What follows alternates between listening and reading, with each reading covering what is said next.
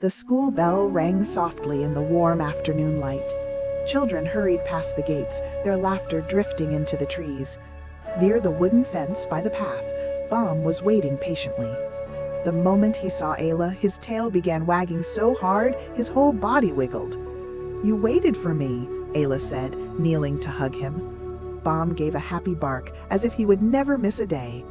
Together they began walking home along the stream. The water shimmered beside them, moving gently over smooth stones. Bam ran ahead, then circled back, paws tapping against the path. They soon reached the old willow tree, the place where Ayla always turned toward home. But today, the stream curved in the other direction, to the right. Ayla paused. She had never followed it past this bend. The water sounded brighter somehow, as if it were inviting her to listen. Bam stood beside her, ears lifted.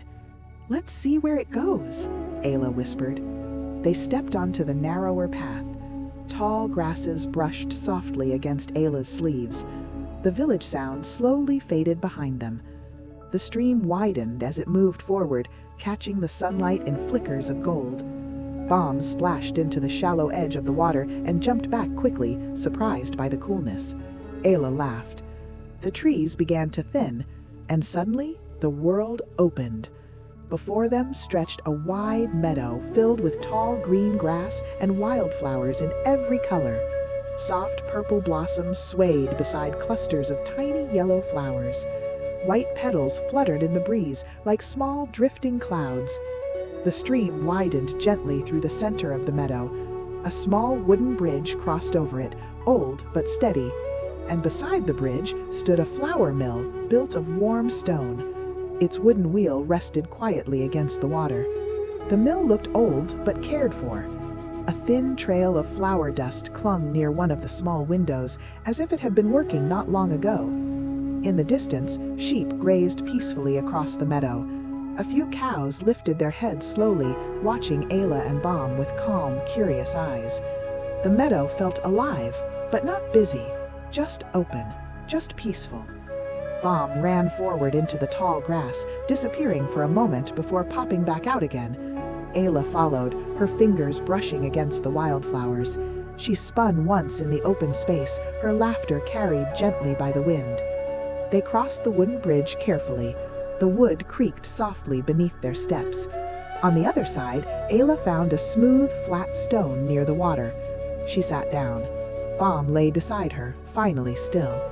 The sheep moved quietly through the grass. The cows returned to grazing. The old mill stood watch beside the stream, steady and strong.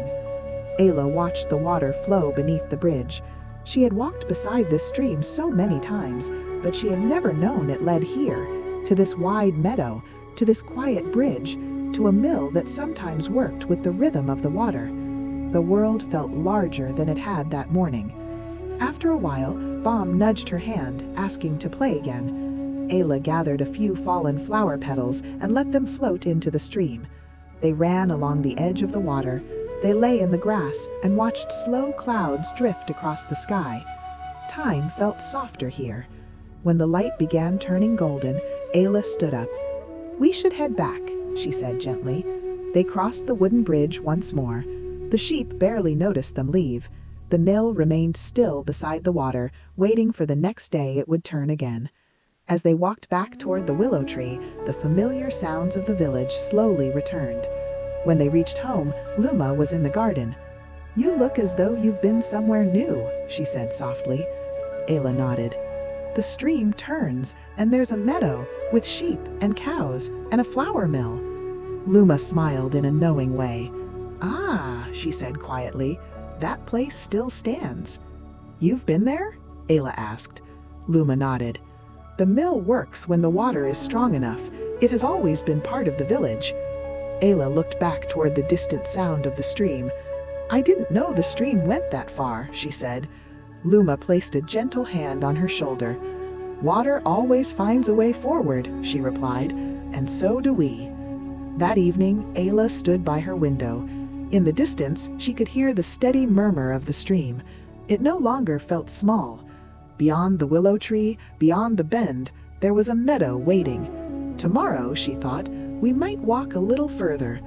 Bam curled beside her bed, and outside, the stream continued its quiet journey through the village and beyond.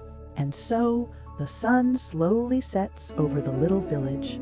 But Ayla's story is only just beginning. If you'd like to spend more peaceful days with Ayla, Luma, and Bam, join us again for another gentle tale from the countryside.